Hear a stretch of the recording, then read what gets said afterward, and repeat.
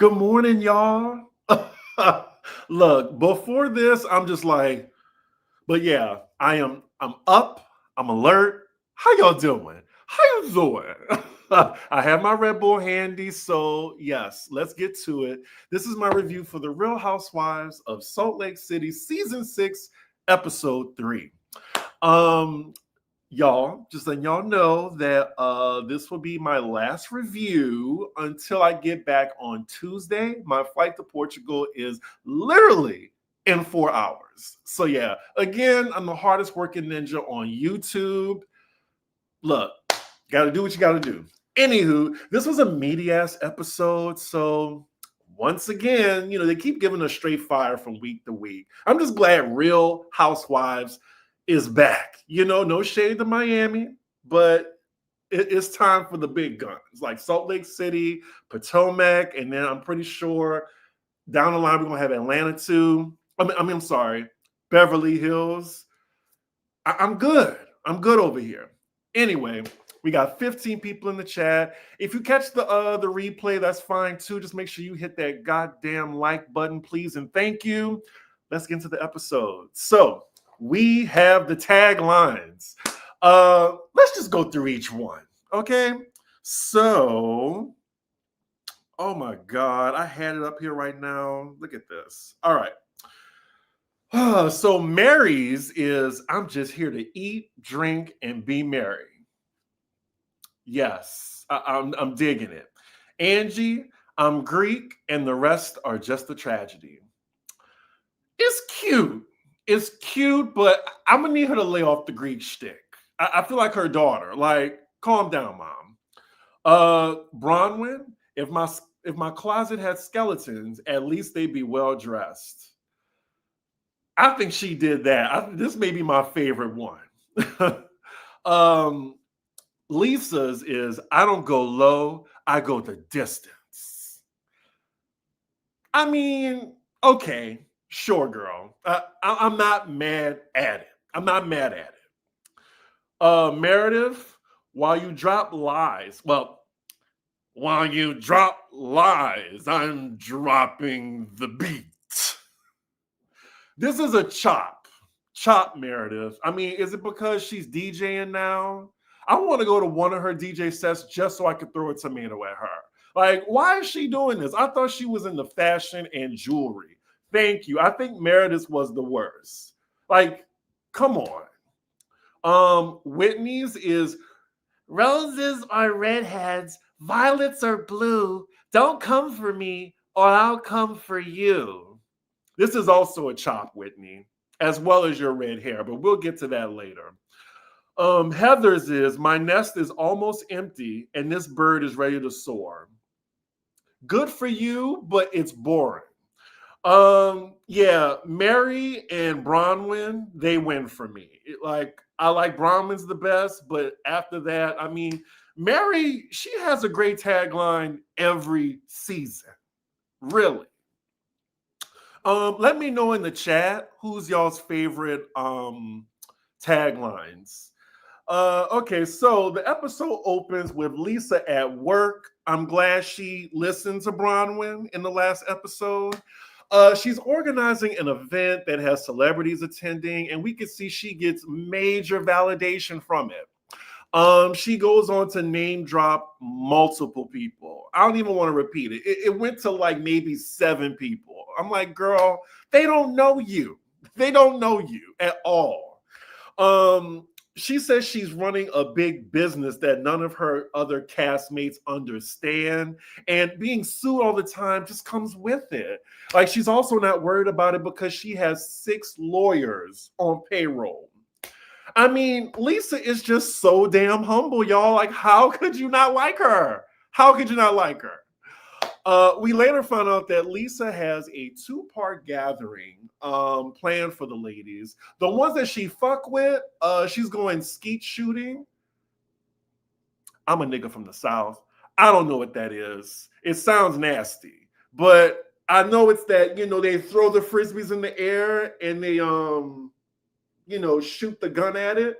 Never done it. It looks fun, but yeah. I don't think I have any friends that would want to even do that. But yeah, the other ladies will be joining them for a luncheon where she has something special planned for them. So the next scene we're with Bronwin and Todd getting lunch. I must say, when she ordered that Dr. Pepper, I was like, my girl, Bronwin, if you're watching, we see each other. If you know me, my favorite canned beverage is a Dr. Pepper. Like a nice cold Dr. Pepper. It's been throwback. Like ever since I was like in single digits, my McDonald's order always came with a small Dr. Pepper. I know, I'm silly, but yeah, it's just not that many people like Dr. Pepper. Like they try to like be like trashy, like, you know, try to put on the same level as Mountain Dew. And for people that do that, fuck you. Because Mountain Dew, that's some like trailer park trash shit. No offense to people in trailer parks, but it's just not for me. It's given MAGA, in my opinion, Mountain Dew. I don't trust anybody that does Mountain Dew. Rich the Fish, you're going to be on timeout. You're always on timeout. But can you just be on my side for once, Rich the Fish? I appreciate you for being a loyal subscriber and watching every video, but you're always coming for me. Support me, bitch. Anyway, yes. So shout out to Bronwin. In her confessional, she says her and Todd's relationship has changed for the better since the reunion because he's more cognizant of how he speaks to her, which I think is great. The topic of conversation is Bronwyn's parents who are having health challenges and are now living with her. Her dad has Alzheimer's and her mom recently had a brain tumor. I mean, that's really stressful to happen to both your parents at the same time. I really have sympathy for her.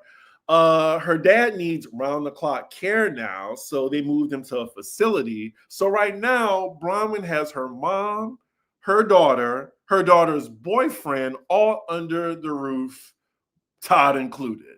And I do wonder if Todd is fine with all this. And he says on camera it's okay, but his face says something different if you go back and watch the scene. You can definitely tell he's holding his tongue these days on camera. I mean, because he learned his lesson. He's course correcting. But poor Todd, like it's just all over his face. And he's kind of like me. Like I cannot hold my emotions in. Like you know if I like you or not. You know if I don't like something. But Todd, poor Todd, looked like he about to have an aneurysm on camera just talking to Bronwyn. Maybe they have like a different relationship off camera. Maybe he can be himself, but on camera, he's just going to behave. That's nice. Thank you, Rich the Fish. Chris, not you yelling, support me, bitch. Like Nene, I am wheezing. Well, thank you for the super chat and thank you for supporting me. You are no longer on timeout. And if y'all want to give me a super chat, that is fine too. So then Bronwyn says she's been talking to Meredith, who can relate with her situation. And it looks like they're developing their own relationship outside of the group because I never saw them do that many one-on-ones last season. And speaking of the group, she brings up Lisa and what's going on between them. Todd doesn't understand why she would even want to talk to her again. And I agree. But, you know, they have a show to film.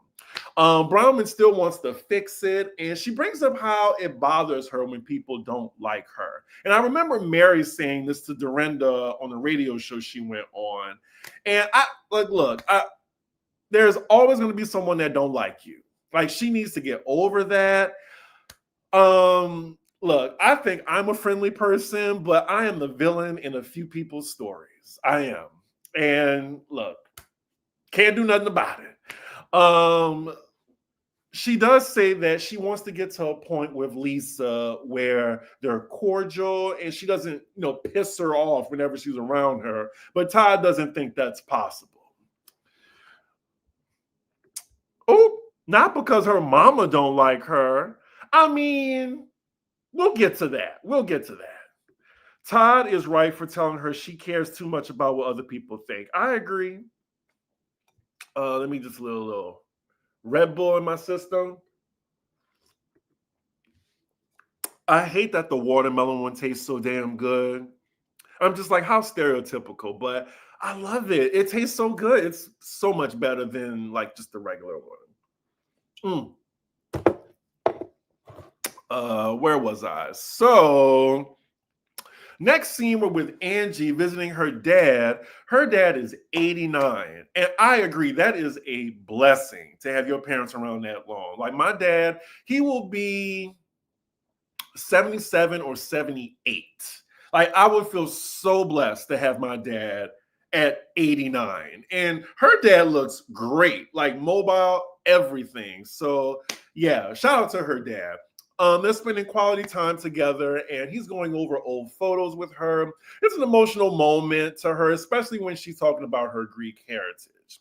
So the next scene, we're with Bronwin again at her packed house. She's talking to her mom, and there she go, another Dr. Pepper again. It's just so rare, so I appreciate it. She even said it's nice and cold. Anyway, they're talking about her dad and his struggles with Alzheimer's. Also, what he remembers at the moment is a period of time where Bronwin had her daughter, which is triggering for her. So then Bronwin talks about how her dad wanted the best for her, and it took a while for her to get there. And then her mom says, well, you couldn't get there without Todd. Damn, mom. Now, see, my mom does slick comments like that. I wonder if she's a Libra. My mom's birthday is coming up. It's October 15th. But yeah, I think that's bold of someone to say while you're staying in their house. So yeah, I mean, I know we love our parents, but those comments would definitely need to stop for the living situation to work. But yeah, that's why if like, you know, God forbid, if I was ever in a place where I had to, I guess, can't be in an apartment anymore longer, I don't see that ever happening. But like, I would rather live under a bridge than live with my mom. Like, it's just, I love her, but her comments, oh, they're so shady and they'd be so slick. I'm just like, I am your son, you know? But look, this is where I got my shade from, y'all. Like, I just wish y'all could see how my mom be cutting me down sometimes. Shout out to my mom. I love you. She stalks me on Twitter. It's okay. But yeah, let me see. Where was I? Oh yeah, so Bronwin takes it on the chin though. Her mom then says, you know, I hope you're, you know, okay doing this. I'm guessing involving her dad, because you're gonna have to go through this with Todd, another one. Since he's clearly older than her, I was just like, God damn. Bronwyn again laughs it off, but I'm sure her mom was dead ass when she said that. So the next scene, Angie is visiting Heather at her house. Heather is an empty nester, and she's changing a room of hers into an office. She also has another book deal. Like, damn, who is buying Heather's books? She's on the third one, and clearly, like, you know, like she's getting more coin. The more coins she get, the thinner she get. Heather is doing great in I think every department in life.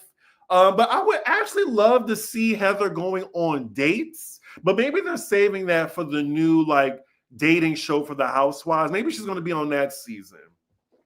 Because it just seemed like we never see her date. I would love to see that part of her instead of being up one of the cast members' ass.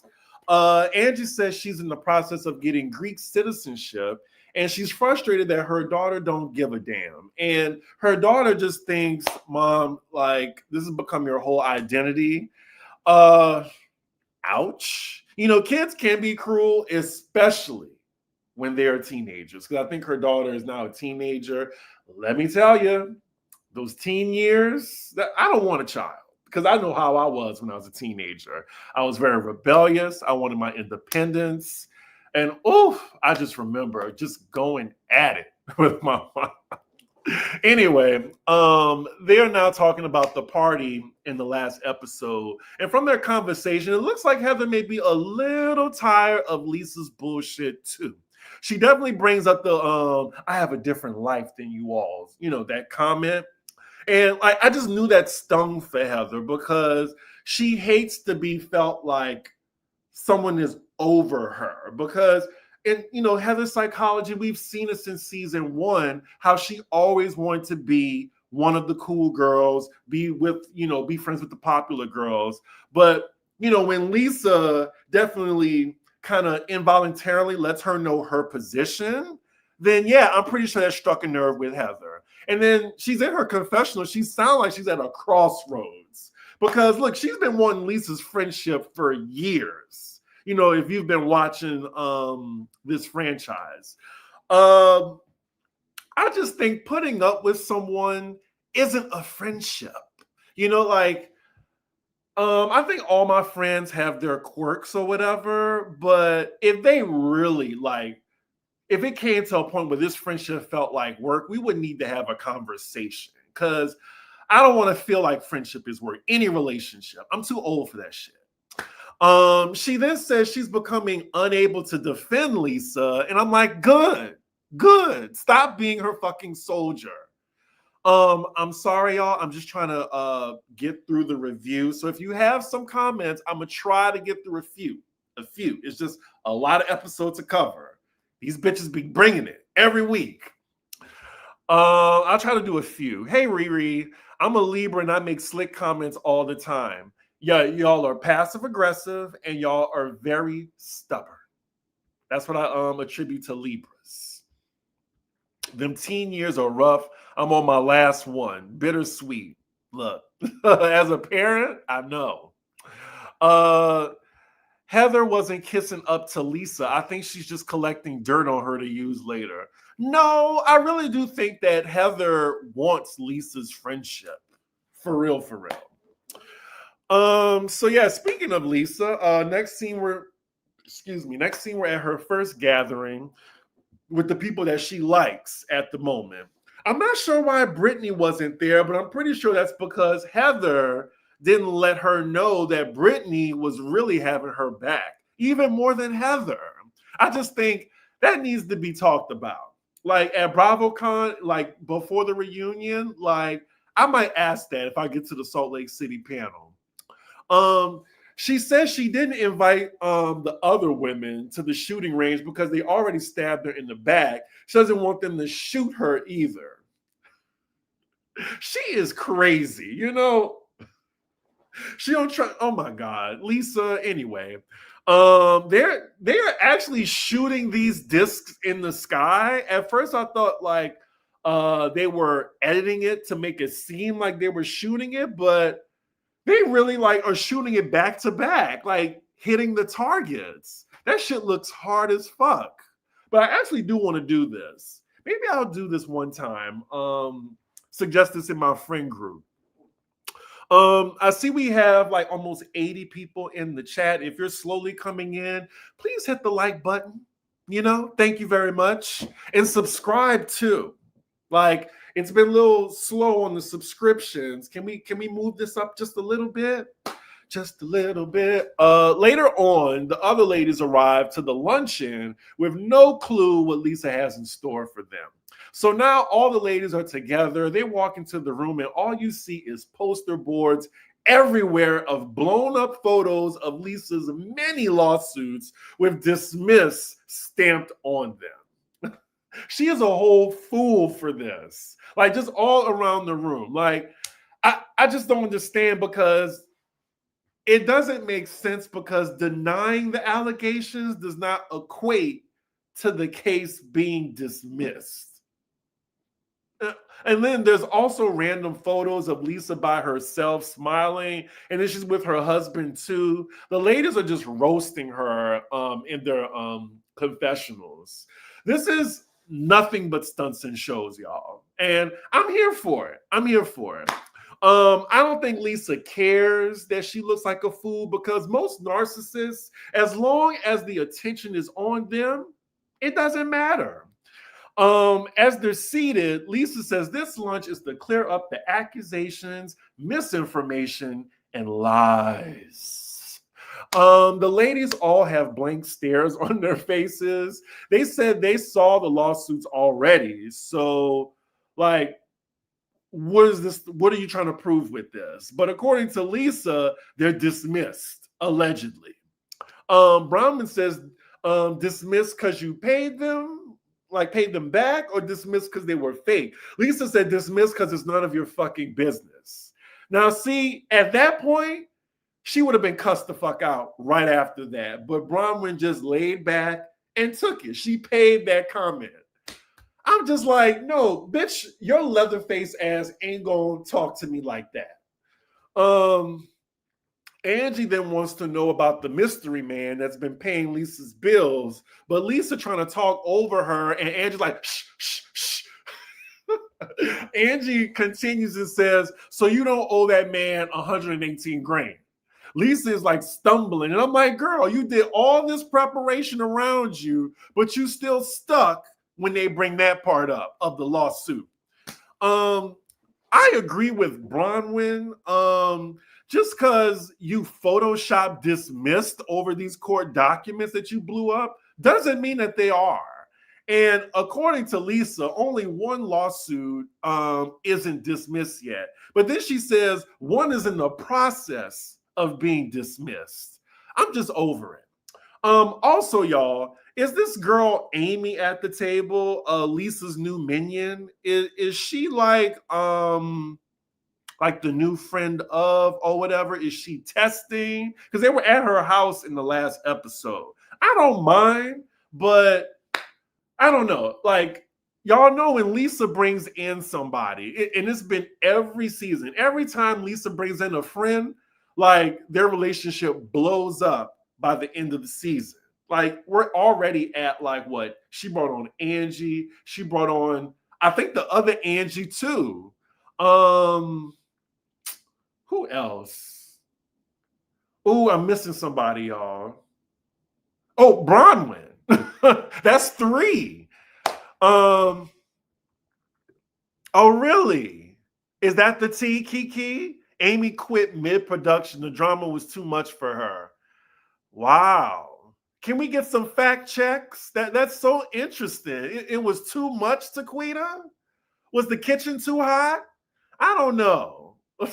Anyway, they're still going back and forth, and they haven't even ordered food yet.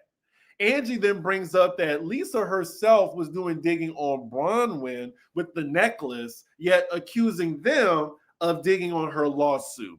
But like I said in the last episode, Bronwin just wanted her lick back. That's why she's bringing up Lisa's dirt. Like, bitch, you want to go behind my back and talk to the jeweler to try to expose me at the reunion? Okay, 2 can play that game. So I get what Bronwin's doing. She's being petty, and it's okay because petty is all right in the Housewives universe.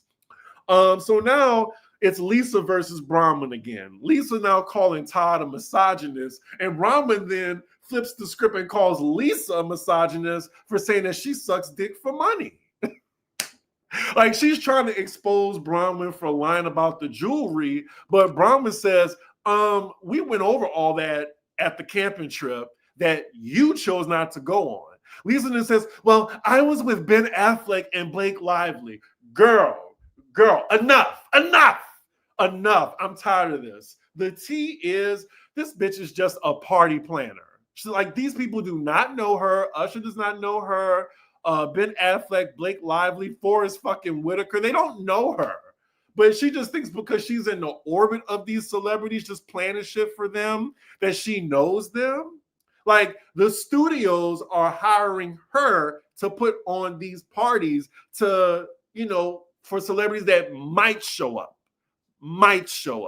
And I've even worked events, where celebrities have showed up, like, some Broadway shows. I remember Nicole Scherzinger, she came to support Great Gatsby at my bar because they rented the whole bar out. I'm just like, the manager of that event, she's not saying, oh, well, I'm doing an event where Nicole Scherzinger is going to be. It's like, girl, calm down. I'm tired of this. You are not above the other ladies. I hate that we have, well, not me. y'all have gassed up Lisa to think that she's that girl when she's not. Now, I appreciate that she brings the drama like this, but I don't think she's that girl that she thinks she is. Lisa gets up again and makes a complete fool of herself with those damn poster boards. She sits back down, and now it's Lisa versus Angie. Lisa wonders what was she hoping to gain bringing up her lawsuits at the camping trip. Mary interrupts and says, Lisa, we were all talking about it, not just Angie. I appreciate Mary having Angie's back in that moment, by the way. Lisa keeps talking over Angie, and I'm not sure why no one has thrown a drink in her face yet. Because I'm just like, if you're going to keep talking over me, then why did you even like invite me here? You know? So now, Lord have mercy, they bringing up Jen Shah's name again. Like, can we please leave her name out this season, please? Like, she is in prison where she belongs. Like, the conversation is just going off the rails now because now they're talking about Angie's damn brow girl. It's just so silly. So then the waitress comes out and it's so cringe how she just standing there just trying to take their order and she just smiling. Are we ready to order? While they're just throwing jabs at each other. Like, I would have walked away. Y'all know that I've been in the service industry for years and years and years. Like, look, when I go to a table, if y'all still talking, and don't even acknowledge me, I'm like, okay. And then that's what I'll say too. I was like, okay. And then I walked away. I remember I did this to this table full of white people that was talking. Then I was just like, so are we ready to order? Like, do you have any questions about the menu? They just kept talking. And I just stood there and I was like, okay. And I walked away. They were gagged. And I'm just like, no, you're not about to disrespect me like that. Like, I'm not about to stand here like, who is y'all? Like, again, I just hate when people go out to eat. This is, outside of this, but I just hate when people go outside to eat and just act like servers aren't people, Did you catch that dig at Lisa about her having a facelift? Yes, I did. But I don't know, did they edit that out? Because I remember that being in the trailer, or maybe it's coming up again. Because I think there's TikToks about her new facelift. Do y'all like Lisa's facelift? Let me know in the comments. So after they finally order, then Whitney jumps in asking questions. I'm thinking wrong road. Now, Whitney, girl, I like you, but you need to sit this one out, in my opinion, when we talking about businesses, because, girl, you throwing stones in a glass house. So then Meredith pipes up, and I totally forgot Meredith was there, by the way. Did y'all? I was like, oh, right, Meredith is here. She tells Whitney there's rumors about her business, all over TikTok. It doesn't make it true. Whitney is pissed and tells Meredith, now you chime in? That was funny. Because I'm like, Meredith, just be quiet, We'll talk about that later, though. But Whitney says, you were silent camping. And Meredith says she wasn't. And I got to be fair, Meredith wasn't completely mute. She was passive, but she wasn't completely mute. Because we see in the flashback that she was just like, oh, let's just change the topic or whatever. And she just left it at that. She didn't even go further than that. She didn't go the distance. But I do think she could have stuck up for her as much as Heather and Brittany did. I just think it's just not in Meredith's character, I guess. I don't know. I mean, unless it's like her child or her husband or somebody like that, that's when she'll be on ready to defend them. But if it's Lisa, she'll just like, oh, well, Lisa isn't here to like, defend herself. Let's just move on. So then Brittany jumps in and says Meredith was silent. And this is the point that Brittany made that I was just like, you know what, Britt? You got a point. Like, Meredith is the only lawyer at that table, yet she had no perspective to share on the matter. And I'm thinking this is the time where Meredith can really like say her opinion, because she knows this, but she was quiet. Meredith then calls Brittany a liar, then tries to dismiss her. Then, surprisingly, Mary also says, Meredith, you didn't speak up for Lisa. Meredith then tells Lisa that, they're just looking to create a problem between us. Look, because I guess they're finally in a good place. Lisa believes her. Do y'all think that she didn't really stick up for Lisa? I think she just didn't stick up for her as much as she could have. Like, she could have did more.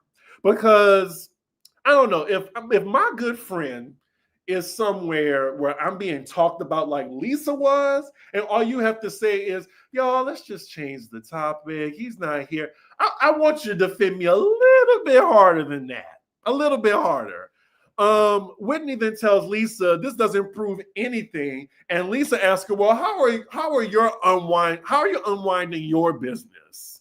Whitney says she's not in it, and then Lisa starts bringing up the rumors about Whitney on TikTok, and Whitney calls her a digger. See, you're digging, like looking into her business. Look, I don't really care for Lisa that much, but Whitney had to know that she was going to go for her.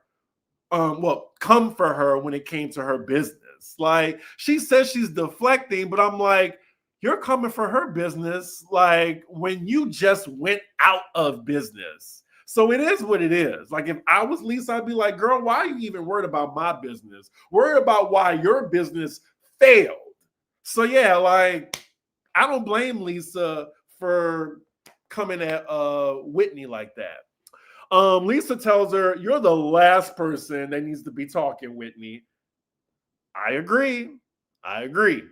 They're now going back and forth, calling each other liars and screaming at each other. Lisa calls her a redhead, and Whitney thinks she called her a red neck. This really sets her off. Whitney is hot. You can almost see the veins popping out her neck. Why are you going there, Lisa? Like, Whitney starts getting out of her chair, screaming at her, saying that like she didn't pile on at the camping site. And I'm like, Whitney, you did. Like, you piled on along with Bronwin and Angie. It's okay. Y'all don't fuck with Lisa. Y'all don't like her. It is what it is. But you did pile on when not only Bronwin was talking about her, you were adding on to that pile. You were. So then, as she's standing up, she throws a napkin in Lisa's face. Now, y'all, let's just time out right here. If this was Potomac, if this was Atlanta, that would have been a fist fight. Could you imagine? Could you imagine someone just throwing a napkin in your face? I mean, Lisa threw it right back at her, but there was moments in this where I was just like, oh no, this is too close for comfort. They would have been scrapping. Like, the other ladies, they weren't even concerned that a fight was going to break out. I guess they just know that these ladies ain't going to bust a grape with each other. I don't know. Like, maybe if that was Monica and Lisa got in her face like that, I think Monica would have decked her. So then Whitney, she goes around the table and gets into Lisa's face yelling, I'm paying on my debts because I have the money to do it. They are now like right here to each other. And like I said, any other franchises would have been a fist fight. Definitely. Even in Jersey, Atlanta, Potomac would have been a fist fight. Married to Medicine, that too. Especially because they were grabbing each other. Like, I was like, no, they're too close for comfort. Would have got socked. Whitney then storms off. The ladies are silent at the table, and that is where the episode ends. Damn, they were bringing it. They brought it. How would I rate this episode? It wasn't a 10 out of 10. It was close. Ooh, it was a 9.5. Like, there was some like moments where it felt like filler, but what do y'all rate the episode? Because that was good. I just felt like there was just a teeny bit of something missing. So I'll give it like a 9.5. It wasn't a perfect 10. First 2 episodes was a perfect 10. This was also pure chaos, y'all. Especially the first time I watched it. Like when she stormed off, they still didn't have food on the table. Their entree did not get there yet. All that happened like before the food came out. I'm sorry, if I was Whitney, I would have stayed until at least the food came. And maybe that's why she got so angry, because she was just angry. Those Afflecks are popular in Utah. Someone on Mormon Wives thought she married into his family. I didn't know this, but yeah, as y'all know, that Lisa does Sundance whenever they come to Salt Lake City, and she's like the main girl that they go to put on these parties. So I'm pretty sure those are the celeb field events that she does. And look, I'm pretty sure she does what she does at her job. She's really good at it. So I've heard from a friend who's worked with her. But yeah, once again, we have Lisa being the lightning rod for the drama this episode. I don't mind because it's entertaining, but I do hope that we get some other feuds not involving Lisa in the future, because that could be tiring. Like first 3 or 4 episodes, okay, but fine. Excuse me, but we need to talk about some other stuff, Some other notes on cast members. Whitney, I'm sorry, girl. Again, I like you, but you might need to dye that hair back, because not only does it look dry, but that shade of red, Google Chucky. It is the exact same shade of red as the Chucky doll, and it's just as dry. So, girl, I'm going to need you to at least dye that by the end of the season. I think she dyed it back blonde, because that's just not her color. It's not. Maybe a good, maybe like a nice brunette, but the red, nah. Also, Meredith, girl, I'm gonna need you to step it up. Like, I'm tired of you just chilling in the background. Like, you just like your son, like step it up. Step it up. Like, does everyone just have to shake Meredith to get it out of her? I get it. Like, once you set her off, she is gold. But I want Meredith to engage. Like, for real, pun intended. Like, it can't just be when someone brings her name up at the table, or she just throws these little oh, well, Whitney, you did this, and then come right back down, And also, I don't even think we had any standalone scenes with Meredith on this episode. So yeah, Meredith, I need her to step it up. Hopefully. But yeah, y'all, that was my review. Like I said, it was going to be a long one. And yeah, I'm so happy with this season so far. Lord, we got Potomac coming up on Sunday. Unfortunately, I'm going to be in Portugal. My friend's wedding is on Sunday. So yeah, soon as I get back, well, I can hit that note better than that.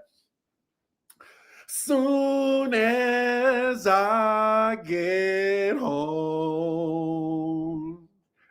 I'm flat today because I didn't warm up. But yeah, soon as I get home, I'm going to review Potomac.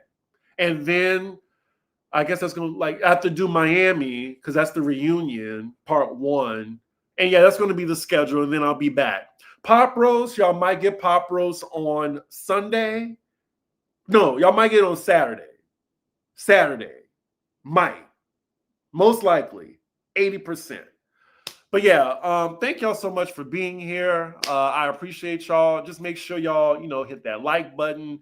Hit the hype button too if it shows up. Sometimes it don't, because, YouTube is a hating ass bitch. It's okay. But yeah, with that, make sure you like, comment, and subscribe. And I will see y'all for the next episode.